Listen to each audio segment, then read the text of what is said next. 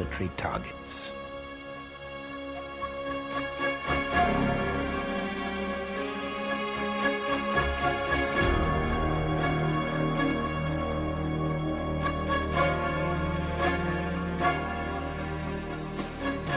In the Gulf War, the military decided to keep the press out. So the press was kept out. And you didn't know what was going on. Typically, the U.S. military claimed that its bombing of Iraq was pinpoint accurate. Nothing could be further from the truth. 110,000 aerial sorties, 88,500 tons of bombs, the equivalent of 7.5 Hiroshimas in 42 days. And you could see the indiscriminate nature of the bombing.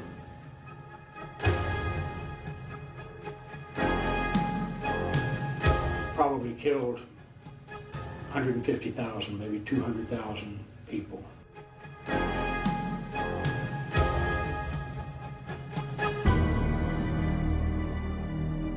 There's no question from the evidence of the bombing. The United States deliberately planned the destruction of the economic support systems for the Iraqi population.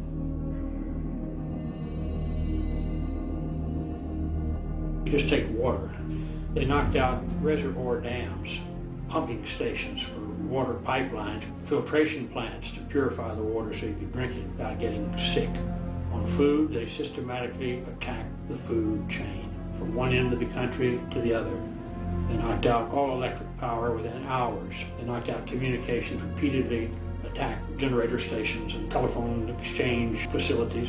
They knocked out transportation.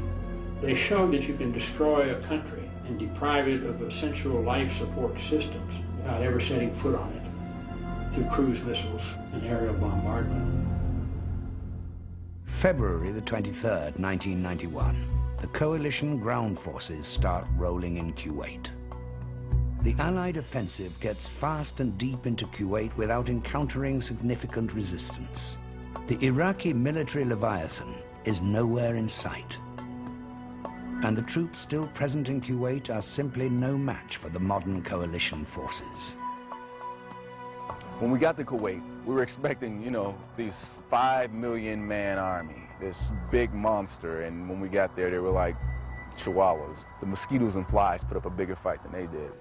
We knew that our capability was much better than that. These people were like regular Joes that, hey, somebody comes to your house and say, either fight the Americans or I'll kill your family. Of course you're going to say, give me the gun. They had no other choice. These guys didn't even know how to shoot the weapons. They were in regular clothes, and you pick up AK-47s, it's filled with sand. It's just like, what is this?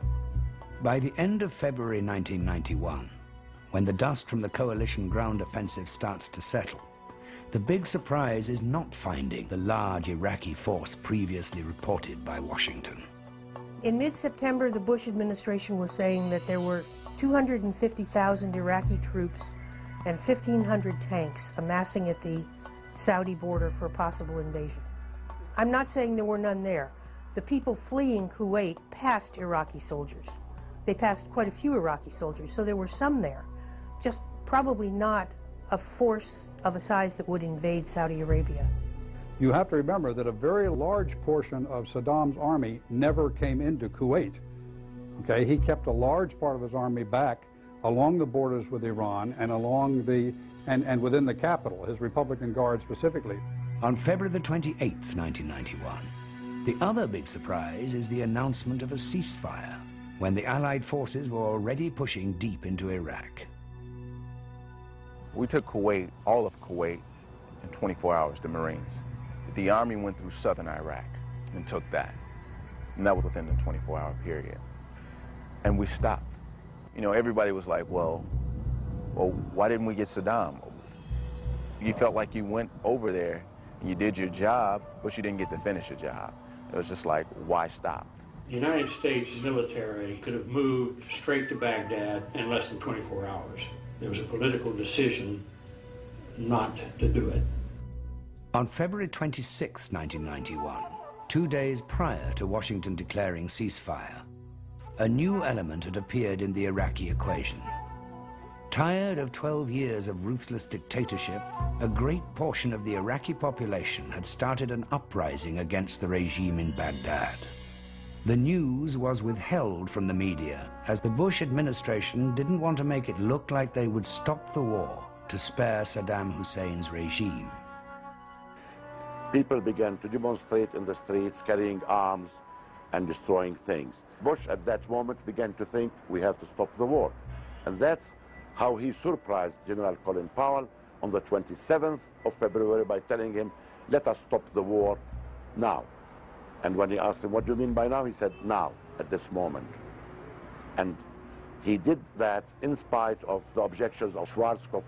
If we had been allowed to go on for 1 or 2 more days, that we would have totally destroyed the Iraqi forces and it would have been a battle of annihilation. I said, when they first called me from Washington and asked me what my plans were, I said we plan to continue the operation. By early March 1991, the rebellion is starting to spread all across Iraq. The Bush administration's response is a surprising support of Saddam's regime. And what happened, of course, in Safwan, the way that General Schwarzkopf gave a lot to the Iraqis on the 3rd of March, when they met at Safwan at the border with Kuwait, when he allowed them to use helicopters, even armed helicopters, I came to the conclusion that there was some kind of deal. So I said, yes, you could fly your helicopters. Now, subsequently, helicopters were used to suppress the rebels up north.